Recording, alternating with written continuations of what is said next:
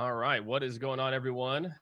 Hope everyone had an amazing weekend, gearing up for the Halloween weekend. I decided I'm going to be a pirate. I've made up a fictional character for my kids called Captain Bob, who gets into all kinds of mischief. So I'm going to be Captain Bob. I guess that's the plan for today. So I'm looking forward to it. Happy Halloween, everyone. Hope you had an amazing weekend and are getting ready for some fun tonight. Let me make sure we've got everything set up. I'm running a few minutes late from parent teacher conference, which went very well, which for those of you who are parents, you know, that's always a bonus. So yeah, we got a few more people rolling in here as a part of it. So again, normally I'm not late for this stuff. So hopefully you all can forgive me this one time. So what we are going to talk about for the next 20 minutes or so is we are going to talk about, I like my team to this, scary things sales teams are still doing. So shout out to Becca for the clever title. Becca on my marketing team, Halloween is her favorite, what do you call it? I guess holiday. So she's very excited, I know, for tonight. So, look, this time of year, a lot of us are thinking about things like, what are we going to do for next year? How's this year going to end? What's the economy going to look like? All of those things. And so, when it comes to scary things right now, I really feel like now is a particularly nerve-wracking time, and that, for a lot of organizations, I can tell you the things that got us to where we are today aren't necessarily going to be the things that are going to get us to where we want to be. And I think that that's a really important thing for a lot of folks to think about is, what are the habits, behaviors, etc., that I'm going to need to think about adjusting, or maybe some beliefs that I've had in the past that in the reality may not be serving me anymore. So for everyone, I just dropped in the chat here too. Make sure if you haven't signed up for Forefront, Forefront is a virtual conference. It's actually this Wednesday. You can sign up now. I just dropped a 20% discount there. I've got Kevin Dorsey, Amy Volas, my friend Nora, who's the head of sales at an organization called User Testing. We've got sales leaders from Splunk. I know I'm missing a bunch of people, sales leaders from EcoVadis. We've got sales leaders from a ton of different organizations, a bunch of our own consultants as well too, and practice leads are going to be sharing their information and sharing their insights. And so make sure, tune in this Wednesday, Forefront. It's going down. Okay, there it is. For some reason the comment looked like it didn't go through, but I'm just going to drop it again. So join us, action packed. We've got 3 tracks: modern leader, modern seller, and modern RevOps. So no matter what you're looking for, I've got something for you. As a part of this, I will obviously be keynoting as well too. So I'm excited to do that. I'm excited for sessions with my friends as well. If you're joining me on LinkedIn, we got 25 or so folks live now. We are also now just brand new starting to do this on Zoom as well. So if you just want to have kind of a consistent calendar reminder, you can just sign up on that link, and you can either join us on LinkedIn or you can join us on Zoom, whatever's easiest for you, whatever's easiest. If you like to be spontaneous and you're like, oh, Jake's live, let me just go hop in. We will never stop just doing it on LinkedIn as a part of that. Okay, this is kind of distracting. It's my new iPhone charger. Charges a whole bunch of things. See, it's IT. This is the name of the brand. Weighty is the name of the brand.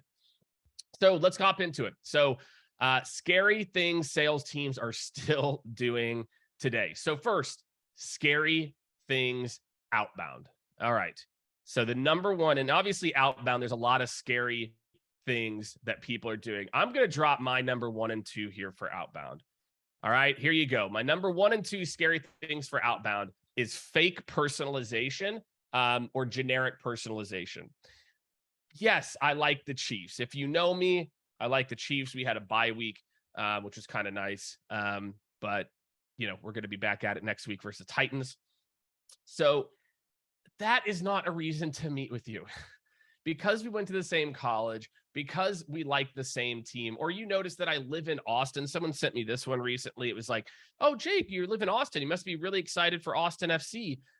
Maybe, but sure, I wanted Austin FC to win, but that's not like my jam, right? And so a lot of people really get it twisted. What most people are looking for, what I am looking for, is actually quite simple. Does this person know what the hell that I do? And can they offer value to help me solve any challenges that might be happening? So let me give you a very practical, tactical example. If you're reaching out to me, I run a consulting company, okay? The CEO of Skaled Consulting, for those of you who don't know, we're a sales and revenue strategy and operations consulting firm. What do you think I'm going through right now? Well, the economy's uncertain. Are people pulling back budget? Or maybe some people thinking about, hiring more fractional resources like a firm like ours versus full time to fill some of their open positions? Maybe. I know my friend John Barris and Sam McKenna both say this kind of idea of show me, you know me. But I just have to tell you, the amount of emails on a percentage basis I get that show that someone actually understands what I'm going through, I'm going to go less than 5%. I'm going to go, less than 1 in 20 people that reach out to me show that they know anything about me, period. And so instead, they just do this personalization. I had a guy and I responded back and I said, look, you sent me 7 straight non-personalized emails. I'm never going to respond to this, man. And it's so funny when I send that back to people, almost nobody ever responds. You got me to engage.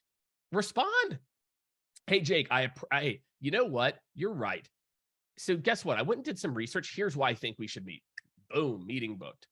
So the scariest thing about outbound is people trying to short circuit that you have to know what somebody does, what an industry does, what a person like a VP of operations actually does, and showing how you can add value. That's number one. Number two, okay, this one might be controversial. So if you disagree or if you've got a really good one, feel free to drop it in the chat or drop it in the comments. The breakup email. Do not get me started with the breakup email. We did a test. It's been a few years. I'll give it this because I already thought it was played out a few years ago. And the breakup email had a ridiculously high reply rate. It was I can't remember what, like 30%. It had like a 98% no, not interested rate. So it's like, okay, so yeah, it looks good. Well, look, people reply to it. But if everybody says like, yeah, hey, no, I'm just not interested, or yeah, actually, this is something that's a priority in a year from now, the breakup email is a cop out. And again, it's another one of these cheap gimmicks that's like trying to get someone like build fake rapport or whatever it is. So those are my 2 scary things for outbound is like, if your team isn't being trained on what's most valuable to customers and buyers, what are people going through in these types of times? How are you pivoting? And then when you're going to follow up with people, like, or, just keep adding value, right? So that's number one. For outbound. My other, and this is kind of an outbound-ish, but it also is applicable to others. Number 2, scariest things that need to stop. If you're going to be successful, not being on LinkedIn in 2022. My friends, you can go and see exactly who is on your profile. You can see the quality of people that are visiting your profile. You can see your customers and buyers liking and commenting on posts. If you would fly somewhere for a speaking spot to talk about thought leadership across the country, would you also be willing to just spend 20 minutes putting together thought leadership on LinkedIn every day where your customers are? So another scary thing I see for organizations, and by the way, this is all for my marketers out there. I got my hand slapped earlier this morning, actually. Because I told a marketing organization that their LinkedIn strategy was bad. It's like, I was like, this isn't good. You can't keep just sharing links. You see what's happening when you just share a link and say, hey, check out our latest thought on this. Here's the link. That's how people consumed information 5 years ago. We want sound bites. Don't maybe have to click a link. Tell me just give the value for free. And so whether it's you're a salesperson who's not being active on LinkedIn or engaging with people, or if you're a marketer out there, hear me out. I want you to track your click-through rate. It's probably garbage. And then on top of that, I want you to also then go and track. I want you to do a similar post, one with no link and just gives the value. The other one is after you've done that. So after you've given the value, right? Verse one that just like teases to the value. I am telling you, you will see. And I would ask you as a marketer, would you rather have 500 views on this thought leadership or have 50 views and not an expanded reach because you put a link in and you got one person to click? So just think about that. Marketers, salespeople, what are you waiting for? Ken Frampton, LinkedIn's the first tab open in my browser. Ken, I 100% agree. I've got some, I'll do a whole, I got a chance in September. LinkedIn flew me out as a sales insider. And so I got to see all this really cool stuff about LinkedIn Sales Nav that I will share. I'll share with all of you. Okay. Number 3, scary things that people have got to change going into the new year. It is qualification obsession, not putting people through the path they want and requiring a qualification call. My friends, we have went off the deep end. We are starting to train more and more salespeople that the goal of the first call is to qualify versus consult, understand, and path people.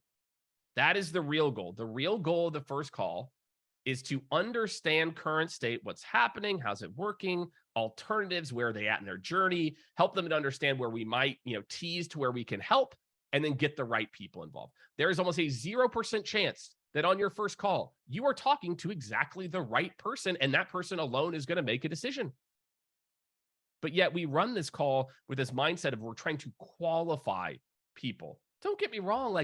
It's either a fit or it's not. It's either a fit or it's not. Stop trying to qualify people or disqualify people.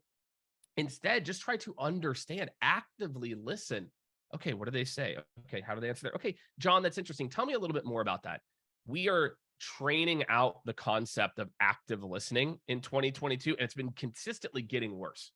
We've been getting worse and worse and worse at active listening. And instead, it's like, well, I'm being told to just ask these qualification. And we wonder why deals aren't moving to the next steps. We wonder why we're not closing as much and people are pushing the deal. Well, because we're not treating people as individuals. We're treating everyone on the same path. So another trend that has to end, a scary trend. Ooh, I should have had some Halloween music playing. I think people would have probably appreciated that too. Is we have to switch to understand that sales is about meeting people with where they're at. And therefore we need to focus on understanding where they're at today as a part of this. So Becca, if you're on LinkedIn, if you can post, the quick, so I've got some links in here too that I'll share that'll just help everyone from a data or follow along standpoint. Number 4, so qualification sucks and nobody wants to be qualified, and we should be thinking about consulting with people versus qualifying them. What is number 4? Number 4, most scary things that need to end going into the new year is not being prepared to give value on a first conversation. Jake, what do you mean? We can't demo on a first call. We can't talk about if I am the customer, do you know how what a horrible experience it is for me when I show up for a call, especially whenever you have executives show up and you don't have a value or a ton of value for me in the conversation? It is an immediate either disqualification completely or just starting off on a bumpy path. So Jake, well, what do you mean I shouldn't demo on the first call? I shouldn't, I shouldn't just feature dump. That's not what I'm saying. What I'm saying is this: if you do the discovery properly, you do the right discovery, that then gives you the ability to say, okay, hey, Jake, I appreciate you taking the last 10 minutes to kind of talk me through. Let me tell you a little bit about what we do. Here's a quick 1 or 2 minute high level. If it's an executive, we call this having a level 1 and a level 2 demo ready. Okay. A level 1 demo is something for executives. It's 5 minutes. This gets them the feet. I want you to imagine a world where this is what's happening. And then this happens and this happens. And then that's what we do at XYZ. So level 1 demo is a way to give value and talk about what you do in terms of the answers that they gave, and things that you know are relevant to those executives. So that's a level 1 demo. Level 2 demo is maybe the step further. You can get into a little bit of features that are based on what they said before. A quick rule of thumb I have for running that first meeting is if what comes out of your mouth, you can't say, earlier when you mentioned this is how we help you with that, then you probably shouldn't be demoing it. So the issue of why I hear so many people say, well, I'm not sure if I want to demo on the first call, is that they're not good at just linking it back. Hey, you mentioned this. So Jake, hey, from earlier in our conversation, I heard these 3 things. 1, 2, 3. So look, so the next 10 minutes, what I want to do is we're going to talk through each of this. So first, you mentioned XYZ. So let's just spend a quick high level talking about that and how we might be able to help. 2, you mentioned this. So again, it's just crazy to me that somehow magically in years before, we could find a way to actually both give people value and run a discovery on the same call. Okay. So my friends, if you are wondering why people aren't excited to meet with you, etc., there's a very high likelihood that could be the culprit. So you need to be prepared, whether you have an SDR team or a sales team, to give value on the first call. And value is not a feature dump. Value is, hey, so based on what you told me before, here's how I think we might be able to help with a typical next step of we're going to do, we're going to set up another meeting or whatever that might be. All right, last but certainly not least, scary things and trends we need to get rid of before we go into 2023. Handoffs. Can we please talk about the handoffs between marketing to sales development to sales, sales to onboarding? Can we talk about that? Even if your organization doesn't have all of those, it is a scary experience for your customer too. Your customers are like, wait, what? Why am I talking to this person? So there's some very simple ways you can make this handoff process much less scary. And I'm going to give those to you now. Number 1 is tee the next group up for success. So let's say if I'm in sales, I might want to loop in CS ahead of time. Wow, that might be crazy. Then they can actually know what they're getting themselves into. I might want to say, hey, if I'm an SDR handing off to a seller, how much better of a handoff is here? Here's the usual handoff. Well, great. This seems really interesting. Based on the conversation, I'm going to tee up a meeting with one of our account executives, and they can talk you through more how we might be able to help. Great. And as a potential buyer, I'm like, why did I just sit through this call? Like, what a waste of time. Now, what if the SDR said this? Hey, John, so from this conversation, I heard this, and this are top priorities. Okay. All right. Based on this, what I'm going to do is I want to get one of my fintech, insert industry experts. And so this is somebody who's worked with multiple accounts, very, very similar. I'm going to spend probably 5 or 10 minutes. I'll catch him up ahead of time on XYZ, talk them through some of the challenges, and then tee up a conversation for you all to go a little bit deeper early next week. Does that work for you? Great. That's all you have to do. Hey, great. Hey, based on what you said, I want to team you up with someone on my team who I know is really good at XYZ. So that's all you got to do. I think too often, it's like we don't spend that little bit of time to think about the customer and their experience. So instead, we say, well, I'm going to get account executive involved. And the sales and the customer's like, well, I don't care about any of that. I care about like, why did I even hop on this, silly conversation here. So that's my number 5 is the handoffs don't have to suck this bad. The handoffs could be way, way, way better if you just chose them to be. Okay. So my scary things in recap. So again, I want you to do this. Hit pause on this. If you're already at this stage, we're going to wrap up here in the next minute or two. And I want you to reflect on this. My 5 scary things. Number 1, in outbound, just teach people what a sector is going through, what people in that sector do, and you will see a much higher conversion in your outbound rate. Eliminate the breakup email or change it to where it always adds value. That's my scary thing number 1. Scary thing number 2, you have to get involved on LinkedIn.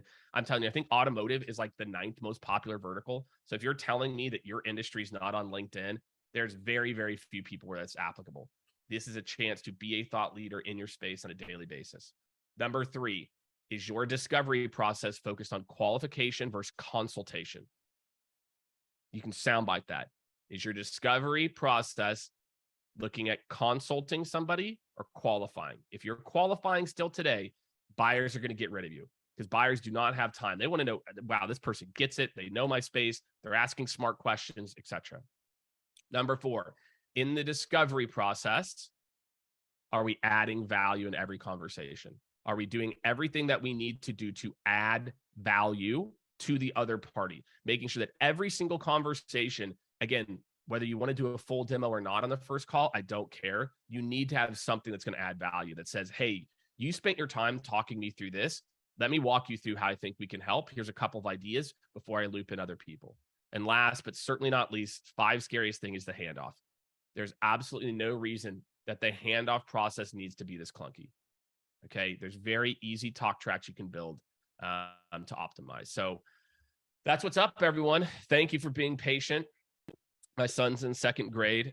He got flying reviews on my parent teacher conference. So I'm happy about that. And he's happy he gets to stay home and play Nintendo Switch for a while.